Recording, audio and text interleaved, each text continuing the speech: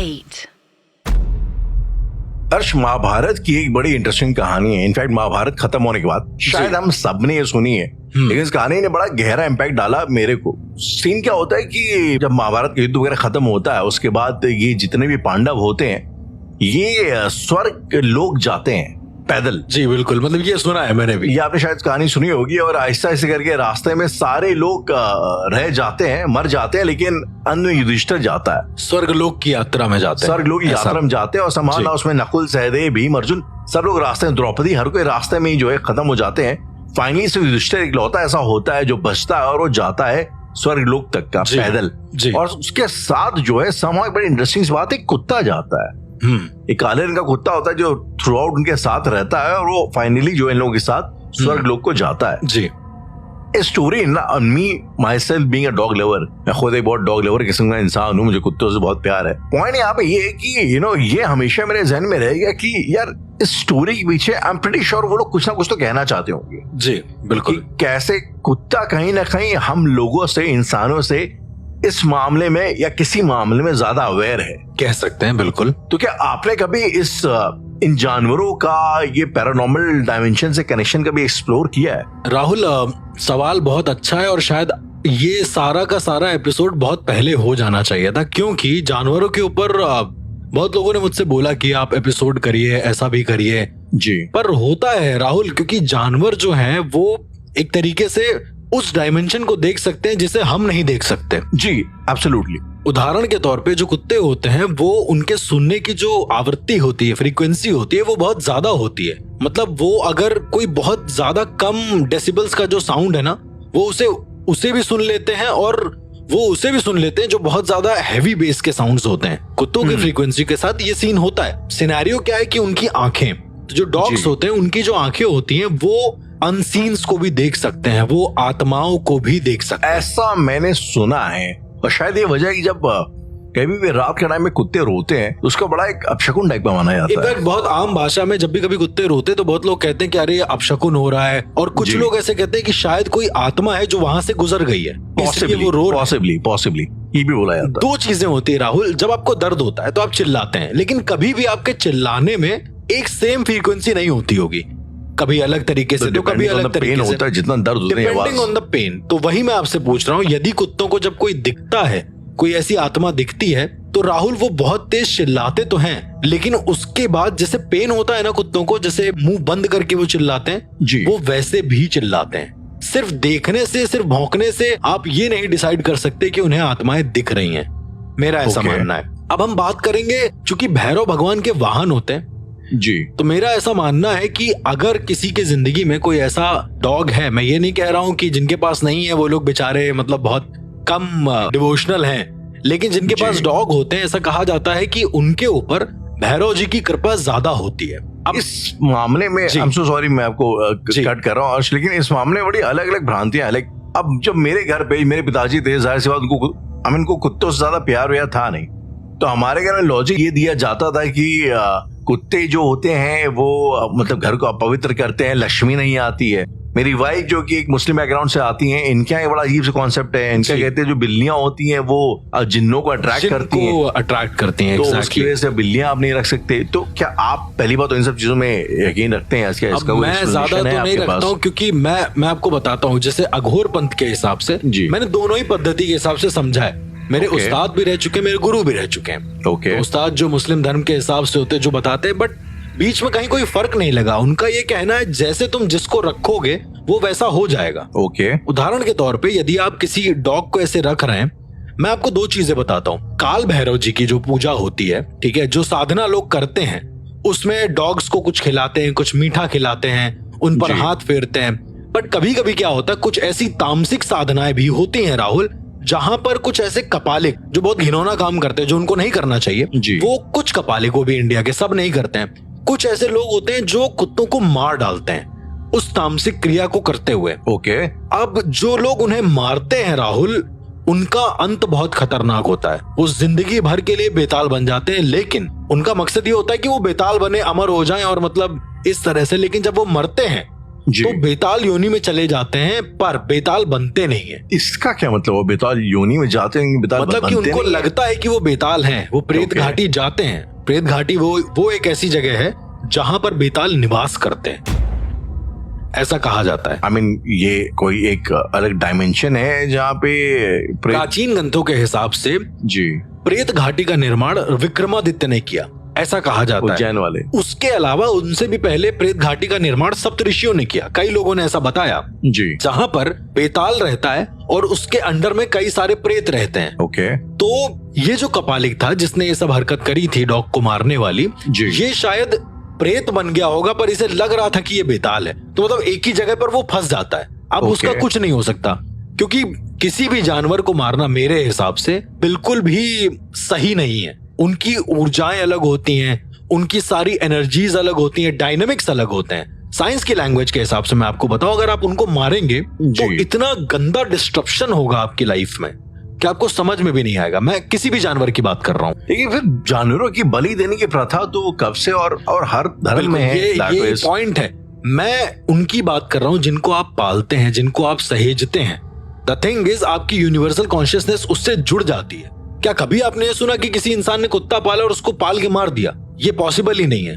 तो आपने भी जो लॉजिक दिया ना, मुझे ये लॉजिक बड़ा ही ये मुझे बहुत सही चीज लगती है, सही कॉन्सेप्ट लगता है यार, कि हम लोग भी घर में जब जानवर पालते हैं, कुत्ता उत्ता पालते हैं, तो उससे हमारा इमोशनल बॉन्ड होता है। बहुत सा इमोशनली एक इंटेलिजेंट जानवर होता है, उसको पता होता है कि आपका कब मूड खराब है और कब आपको वो तो आपके एक्शन से रिएक्ट करता है। फॉर दैट मैटर बिल्लियां भी इमोशनली थोड़ी सी स्मार्ट होती हैं। जी बिल्कुल। एंड फॉर दैट मैटर गाय तो सुपर स्मार्ट होती है। मतलब नई ब्रेकिंग न्यूज नहीं है, उन्हें ये सदियों से पता है कि अगर आपके घर कुछ होता है तो गाय रोती है। बिल्कुल। तो लोग इस तरीके से अपने गायों के साथ कनेक्ट होते हैं। आप नहीं पालते होंगे, कोई और नहीं पालता होगा, इसका मतलब ये नहीं कि जो पालता है उसने इस चीज को देखा नहीं, उसने इस चीज को देखा। मेरा ऐसा मानना है कि सबका अपना अपना एक व्यू होता है। जब पैरानॉर्मली आप बात करते हैं ना, कि बहुत सारे लोग कहते हैं कि इसकी आत्मा आ गई, आज मैं आपको बताने वाला हूं कि कहीं कहीं पर जानवरों की आत्मा भी परेशान करती है लोगों को। ये सुनने में बड़ा अजीब लग रहा होगा, और जो जानवरों की आत्माएं हैं उनके रक्षक भैरव भगवान होते हैं। जानवरों की आत्माओं के रक्षक भैरव भगवान, बिल्कुल ऐसा कहा जाता है। सारे चाहे आप कोई भी जानवर हो। अब चूंकि हर जानवर से एक भगवान एसोसिएट भी है, अगर आप इनडायरेक्टली देखो। अपने आप में एक अलग टॉपिक जो शायद हम किसी और उसमें डिस्कस करेंगे। लेकिन के ऊपर पैरानॉर्मली अगर आप देखेंगे तो एक बार एक केस ऐसा हुआ था जहां पर एक लड़की थी, डॉग लवर थी, बहुत अच्छी वो। तो एक छोटे से पपी को लाती है, उसको खिलाती पिलाती है, शायद उस पर कोई जादू या कोई टोना ऐसा कर देता है। उसके बाद से वो अपने जो पपीज होते, 3-4 होते हैं उसके पास, वो उनको लात से मारती थी, मतलब आवाज आती थी घरों से। आई एम सो सॉरी, ये एपिसोड थोड़ा सा ब्रूटल होगा, आई गेस होना भी चाहिए, और जो सच है वो सामने आना चाहिए लोगों तक। आई मीन पपीज के साथ कुछ होता है तो शायद दर्द ज्यादा होता है, इंसानों के साथ हो तो शायद तो ना भी हो। तो वो उन पपीज को मारती थी, लेकिन एट द सेम पॉइंट जब कोई पूछता था कि क्या हुआ, तो वो उन पपीज को प्यार करने लगती थी। और ये उसके साथ बड़े अजीब सिनेरियो में हुआ। मतलब काफी डुअल टाइप का उसका पर्सनालिटी हुई थी। अब आप इसे मल्टीपल पर्सनालिटी डिसऑर्डर कह लें, आप इसे कुछ भी कह लें, पर ये चीज तो होती थी राहुल। लेकिन एक दिन क्या हुआ है कि इस बंदी की लाश इसके घर में मिली। अब मैं सीधा लाश पे इसलिए आ रहा हूँ, बीच की इसलिए चीज नहीं बता पा रहा हूँ क्योंकि मुझे नहीं पता कि अंदर क्या होता था। लाश कैसे मिली पता है राहुल? एक बड़ा सा गोल घेरा बना हुआ था, एक कमरे के अंदर गोल चक्र बना हुआ था, उस पे करीबन 8 पपीज थे। मतलब एक पपी तो बिल्कुल सड़ चुका था, ऐसा जैसे छोटे छोटे पपीज होते हैं ना, वो 8 पपीज से एक तो बिल्कुल सड़ गया था, कुछ कुछ नए थे, मतलब घटते क्रम में थे। एकदम नया एक पपी था, उसके बाद एक ऐसे पुराना पपी राउंड शेप में आके था। टोटल 8 पपीज थे और बीच में उसकी लाश थी। बीच में वो लेटी हुई थी। ऑल्सो उसके पूरे शरीर पर राहुल तेल छिड़का हुआ था किसी ने। मतलब एक ऐसी बॉडी जिसके ऊपर पूरा तेल छिड़का हुआ था, उसके ऊपर तिल पड़े हुए थे, और वो उसकी बॉडी लेटी है और चारों तरफ पिल्ले हैं, मतलब जितने भी छोटे छोटे मरे हुए जानवर है वो सब पड़े हुए हैं, और वो सब मर चुके हैं, सड़ चुके हैं इनफैक्ट। ये चीज बरामद हुई उनके घर से? बरामद हुई थी उनके घर से, उस कमरे में। ऑल्सो उस कमरे में, हाँ, ऑल्सो उस कमरे में कई सारे आप कह सकते हैं कि जो खून चूसने वाले जो जोंक होते हैं, जी, उनका एक पूरा कनस्तर मिला, पाले हुए।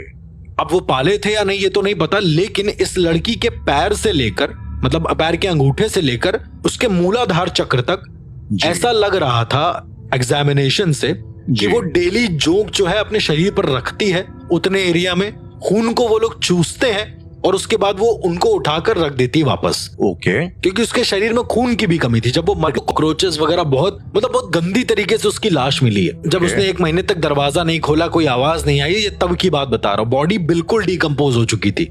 ऐसा करके वो होता है ना, जब आप पोस्टमार्टम करने जाते हैं, जो वहां पे आते हैं फॉरेंसिक वाले, उनको पता होता है कि इस बॉडी के साथ क्या हुआ है जब रिपोर्ट आती है। तो उन्होंने ये सारे खुलासे करे और बड़ी अजीब सी चीज थी राहुल। अच्छा, इसके बाद वहां पर कोई नई फैमिली आ गई।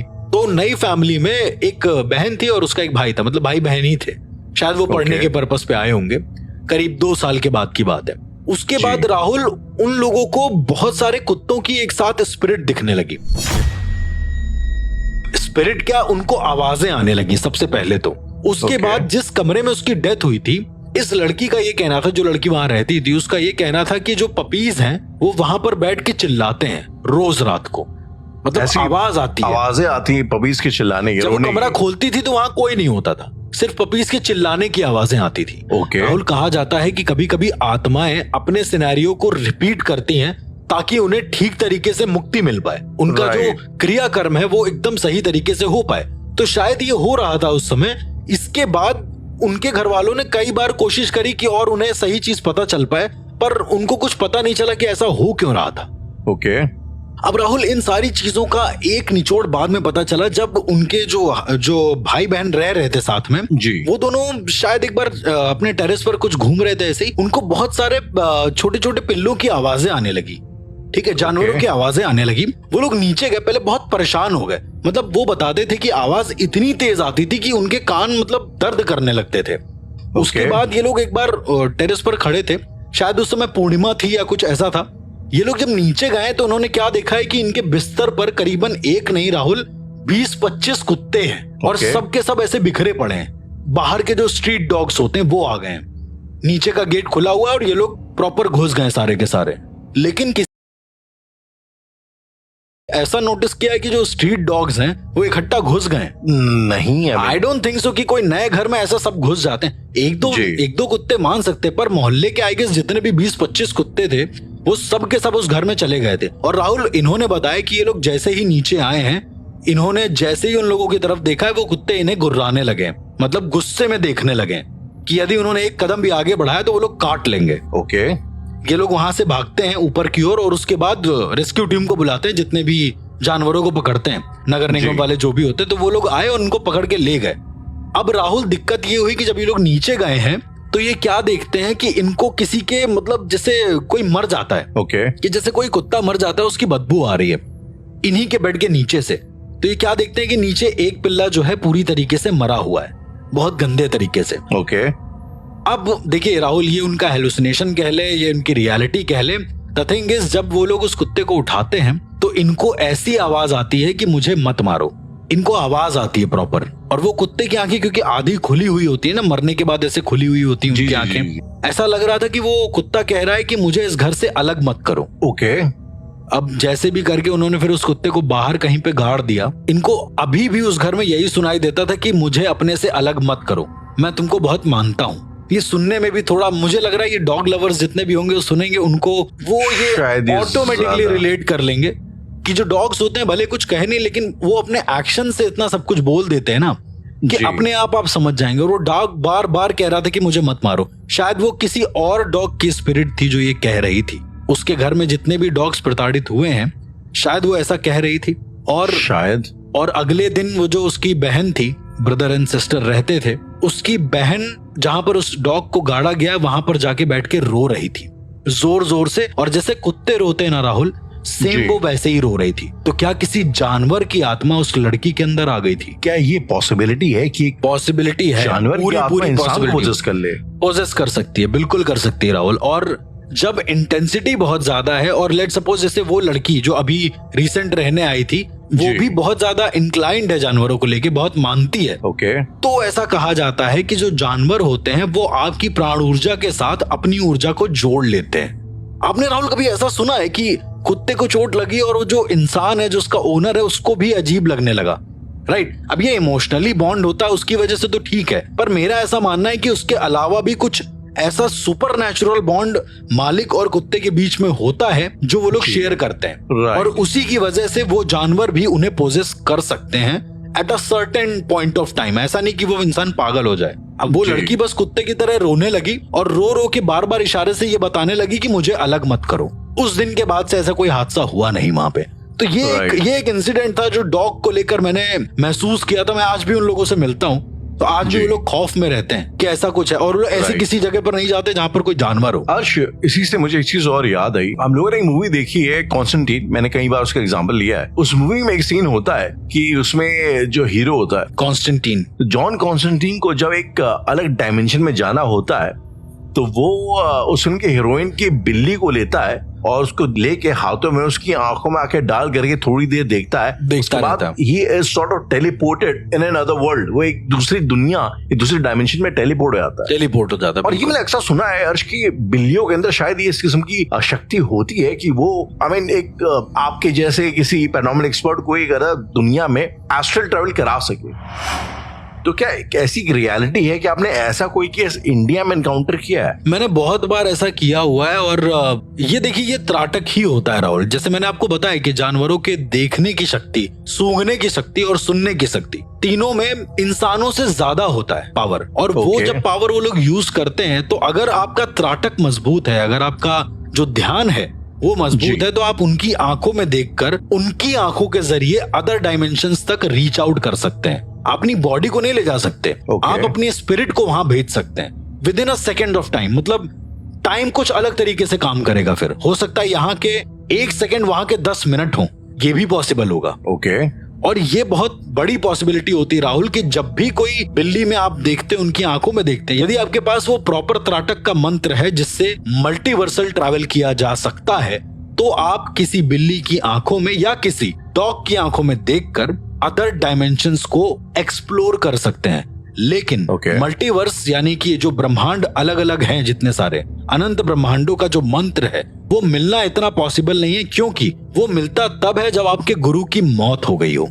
आज हम लोग अगर और जानवरों की बात करें, जब मेरे फादर साहब का श्राद्ध हुआ था, मुझे स्पेसिफिकली याद है, श्राद्ध जब खत्म होता है शायद 13 दिन बाद, तो एक प्रोसेस कराया जाता है जिसमें आप जमीन में 11 थालियां लगाते हैं खाने की, और पत्तल होते हैं बेसिकली, उसमें खाना वाना सर्व करते हैं। उसके बाद जो उसमें पहली थाली होती है वो कौवों के लिए होती है। इनफैक्ट ये कहा भी जाता ना कि पहली एक रोटी होती कौवों के लिए, दूसरी होती है कुत्तों के लिए, तीसरी होती गाय के लिए, सब जानवरों के नाम से हालांकि काफी खूबसूरत पार्ट ऑफ द कल्चर है। बट मैंने उस दिन देखा है कि जब लोगों ने थाली सर्व के लिए, लिटरली अर्श मेरी आंखों के सामने ऐसा हुआ कि जो पहली थाली थी उसी थाली पे एक कौवा आया जी, और बैठा, उसने वहां पे एक थोड़ा कुछ खाया, उसके बाद एक पूड़ी लेके उड़ गया। हाँ। और उसके बाद श्राद्ध को सफल माना गया। तो ये मुझे समझ में नहीं आया कि कोइंसिडेंस इसको मैं बोलूं, या इसको मैं अंधविश्वास बोलूं, या इसको मैं समथिंग रियली पैरानॉर्मल बोलूं।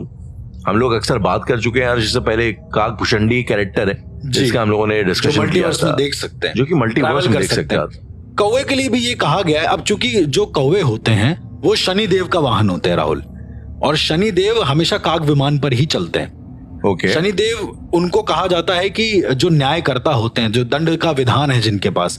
अब मैं ज्यादा इन डेप्थ ना जाके आपको बताना चाहूंगा कि जो कौवे होते हैं जी, कई बार ऐसा कहा जाता है कि जो हमारे पितृ हैं वो उनके रूप में आ जाते हैं। आपने सुना भी होगा कि श्राद्ध वो आते हैं और खा के चले जाते। तो शायद कहीं ना कहीं ये पॉसिबिलिटी है कि उनका पैरानॉर्मल से बहुत गहरा कनेक्शन है। मैंने राहुल, आपने कई सारी ऐसी पुरानी मूवीज देखी होंगी जहां पर वुडू डॉल्स के साथ साथ कौवे भी होते हैं, बहुत तेज तेज काव करते हैं। और इवन राज रीबूट जो मूवी आई थी, उस मूवी में क्या हुआ था कि एक कौवा होता है, वो एकदम कार के पीछे पीछे उड़ता रहता है और अचानक से उसकी कार में आके मर जाता है। राहुल, एक चीज मैं आपको बताना चाहूंगा कि जो तांत्रिक होते हैं, जो बहुत सिद्ध तांत्रिक होते हैं जी, वो किसी की एक्टिविटी का पता लगाने के लिए भी कौवों का उपयोग करते हैं। वो भेजते हैं जानबूझ के घरों में, और वहां बैठकर जब वो पूरा ऑब्जर्व कर लेता है, ऐसा कहा जाता है कि एक एक्सरे टाइप की चीज होती है कौवे के पास, तो वो पूरे घर को ऑब्जर्व कर लेता है, घर की ज्यामिति, घर के वास्तु को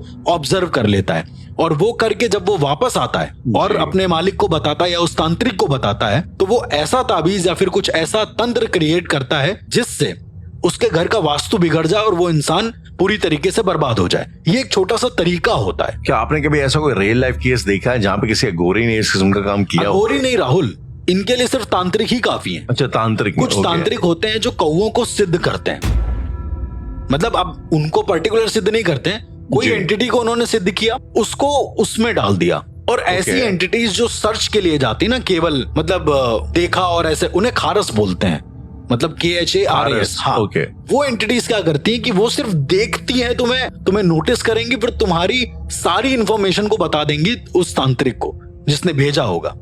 अब चूंकि तुम्हारे घर की इंफॉर्मेशन उसे मिल गई। आपने राहुल कभी ऐसा सुना है कि कोई बाबा आए अचानक से कहीं पे और आके घर के बारे में पूरा बताने लगे आउट ऑफ नोवेयर? बहुत सारे घरों में ऐसा होता है। मेरा ऐसा मानना है कि वो लोग खारस यानी एक ऐसी ऊर्जा का प्रयोग करते हैं जो घरों में जाती है और पता कर सकती है कि क्या क्या है क्या क्या नहीं है।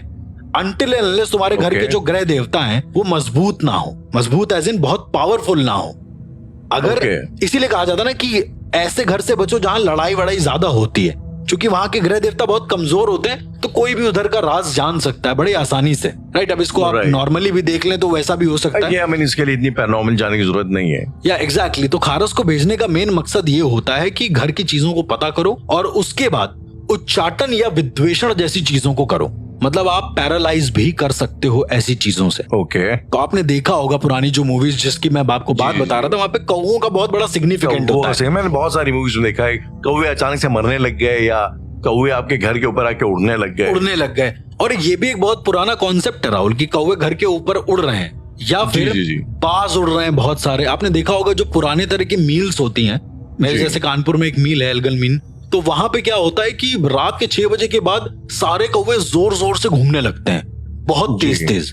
ये एक साइन होता है पैरानॉर्मल का, सुपर नेचुरल का, जहां पर या तो कोई आत्मा है जो तुमसे मदद मांगना चाहती है या कोई आत्मा है जो वहां से बाहर आना चाहती है तुम्हारे जरिए। तो कभी भी ऐसी जगह पर जाने से बचे जहां पर कौवों का एक समूह करीबन नहीं तो 50-60 होंगे वहां पे, वो एक ही राउंड शेप में घूम रहा हो और हट ना रहा हो वहां से, क्योंकि बाजों के अलावा कौवे कभी भी लगातार एक राउंड शेप में घूमते नहीं है मेरे हिसाब से। ऐसे ही यश मैंने सोचा कि अगर सारे जानवरों की बात हो रही है तो why not let's just discuss गाय एज वेल। गाय माता, गौ माता जो है, मुझे लगता है कि जितने भी हमारे विधान होते हैं हमारे कल्चर में, उसमें या तो गाय के गोबर का या गाय के दूध से निकले घी का कहीं ना कहीं इस्तेमाल होता ही होता है। जी बिल्कुल। उससे एक तरीके से पवित्र माना जाता है, उसके गौमूत्र को भी एक तरीके से पवित्र माना जाता है। मैंने कई विधानों में देखा है कि लोग यज्ञ में भी गौमूत्र का इस्तेमाल करते हैं। एक तो ये फैसिनेशन क्या है गौमूत्र और गोबर के साथ हर्ष, और दूसरी बात की गाय को इतना अगर पवित्र माना गया तो इसका कोई पैरानॉर्मल फिनोमेना रीजन भी है? राहुल, आपने 90% घरों में देखा होगा, अगर आप गांव से ताल्लुक रखते हैं, क्योंकि मैं तो रखता हूँ, तो हमारे गांव में क्या होता था कि गाय बांधी जाती थी घर के बाहर।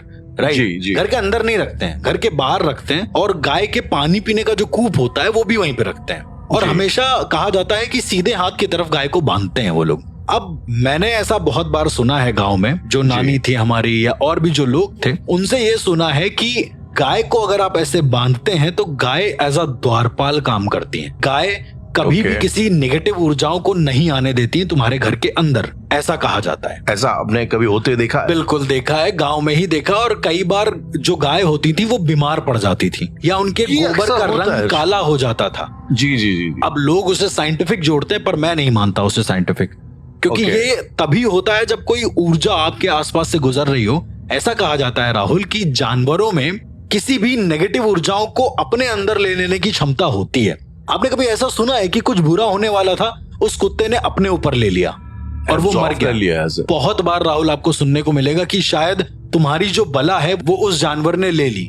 कहीं पे कोई मछली मर गई, जो एक्वेरियम में मछली है, तो लोग कहते हैं कि तुम्हारे यहाँ कोई बला आने वाली थी जो इन पर पहले आ गई और ये लोग मर गए। ये इससे मुझे एक चीज याद है यार, ये हमारे गांव में मैंने कभी सुना था बचपन में कि ये एक सॉर्ट ऑफ एग्जॉस्टिंग, अगर किसी घर में कुछ एंटिटी या कुछ गलत हो रहा हो तो कुछ लोग क्या करते थे हमारे गांव में, वो सांपों का आह्वान करते थे या सपेरों को बुला के लाते थे, और सांप जो है उस घर में थोड़ा घूमने फिरने के बाद, टहलने के बाद उसको लेके जाते थे बाहर, और जब सांप अपनी केंचुली छोड़ देता था तो तो उसके बाद ये समझ लिया जाता था कि अब ये घर शुद्ध हो गया। बेसिकली उनके कहने का जो लॉजिक ये था कि सांप ने उस घर की नेगेटिव वाइब को एब्जॉर्व किया और उसको अपनी स्किन में डाला, उस स्किन में डाल के निकाल दी, उसके बाद केचुली छोड़ दी। तो ये आई मीन सांप के बारे में आपने एग्जैक्टली सांप के बारे में आपने बात करी है, क्योंकि गाय का तो ये एक सिनेरियो होता ही होता है कि वो बलाएं अपने ऊपर लेती हैं और पवित्र होती हैं, तभी उनके गोबर से वहां पर लेपा जाता है गांव में। मोस्टली आपने देखा होगा, इसीलिए गोबर इतना प्योर होता है कि हमेशा जब भी कोई स्पिरिट एंटर करती है, कोई नेगेटिव स्पिरिट, तो वो कंडे की महक से वापस लौट जाती है। ऐसा भी कहा जाता है कंडे का जो धुआं होता है, गाय के गोबर के जो उपले बनते हैं उन्हें हम कंडे बोलते हैं, तो उसका जो धुआं होता है वो किसी भी नेगेटिव ऊर्जा को भगाने के काम आता है और कोई भी ऊर्जाएं भाग सकती हैं उससे। आई मीन अर्श, वैसे अगर अब मैं टेक्निकली भी बात करूं तो हम जब भी कभी हमें चोट वगैरह लगती है हम लोग एंटीसेप्टिक डालते हैं, डेटॉल वगैरह डालते हैं, और ये शायद हर कल्चर में, नॉट जैसे हमारे कल्चर में, हर कल्चर में यूरिन को हमेशा से एक एज एन एंटीसेप्टिक यूज, अभी सुनने में थोड़ा खराब लगता है बट जो रियलिटी है सो है, हम लोग यूरिन को थोड़ा एक एज एन एंटीसेप्टिक यूज किया गया है हमेशा से। आज आप उसमें अल्कोहल यूज कर लेते हैं, डेटॉल वगैरह यूज कर लेते हैं, कहीं ना कहीं मुझे लगता है कि ये जो गौमूत्र या गोबर का इस्तेमाल है, इज नॉट दैट कि ये एलियन है सिर्फ हमारे कल्चर में, मतलब ये हमारे कल्चर में है और कहीं ऐसा होता नहीं है। बिल्कुल, मेरा ऐसा मानना है राहुल कि जिस तरह से आप ये बता रहे हैं यूरिन वाला सिनेरियो, गौमूत्र तो बहुत सारे कह सकते हैं कि रोगों का नाश करता है। उसी तरीके से जो गोबर होता है, ऐसा लगता है जब स्पिरिट एंटर करती है किसी भी तरह की ऐसी आत्मा जो बुरे प्रवृत्ति से आई है, तो उसको लगता है कि बहुत सारे लोग हैं इस घर में, क्योंकि जीवात्मा होती है, वो किसी का एक शरीर का पार्ट होता है, मल होता है जो वहां पर होता है, तो वो आत्मा आती ही नहीं है उस घर में, ऐसा कहा जाता है। इसीलिए आपने देखा होगा बहुत सारे जो पुराने ऋषि मुनि होते थे जो भूतों को भगाते थे या फिर जो सही करते थे, वो एक झोपड़ी में रहते थे जो गाय के गोबर के उससे उपलों से बनी होती थी और प्रॉपर कह सकते हैं उसमें गेहुआ रंग पुता होता था और वो आश्रम वैसे होते थे। कलर वो होने का रीजन ही वही है। अब सांप के बारे में राहुल आपने बात करी, तो सांप एक ऐसा जानवर है जो शायद मेरे हिसाब से बहुत बहुत ज्यादा पवित्र है। अगर आपने कभी ऐसा सुना है कि किसी ने सांप को मार दिया फिर सांप उसके पीछे पड़ गया, एक पैरानॉर्मली जो आजकल बहुत ज्यादा जानी दुश्मन या कई सारी ऐसी मूवी में फिनोमिना दिखाते हैं, इच्छाधारी नाग नागिन तो होते हैं राहुल।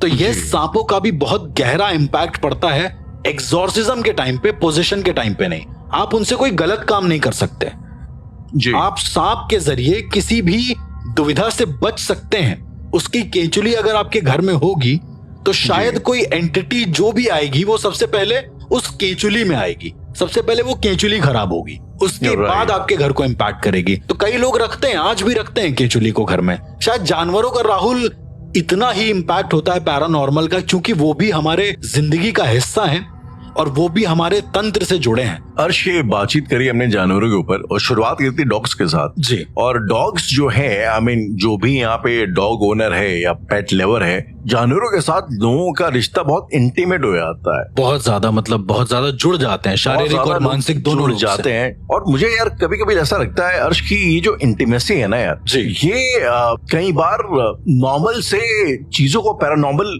कर देती हैं, की ओर भी ले जाती हैं, आई मीन आपकी किसी से बहुत गहरी इंटीमेसी, आपसे इनफैक्ट एक कई चीज कही जाती है कि आप किसी के साथ कंसिस्टेंटली अगर आपका कोई सेक्सुअल पार्टनर है जी, तो उसके साथ आपका एक ऋणान बंद करके एक बेसिकली कनेक्शन हो जाता है उसकी स्पिरिट के साथ। मुझे लगता है ना कि इंटीमेसी का और सेक्स का भी पैरानॉर्मल के साथ एक बहुत गहरा रिश्ता है। राहुल, चूंकि मैंने आपको बताया है कि मूलाधार चक्र एक्टिव होने से आप कई सारी सिद्धियों को समझ सकते हैं, जान सकते हैं, तो ये कहना गलत नहीं होगा कि सेक्स और तंत्र एक दूसरे से पूरी तरीके से जुड़े हुए हैं।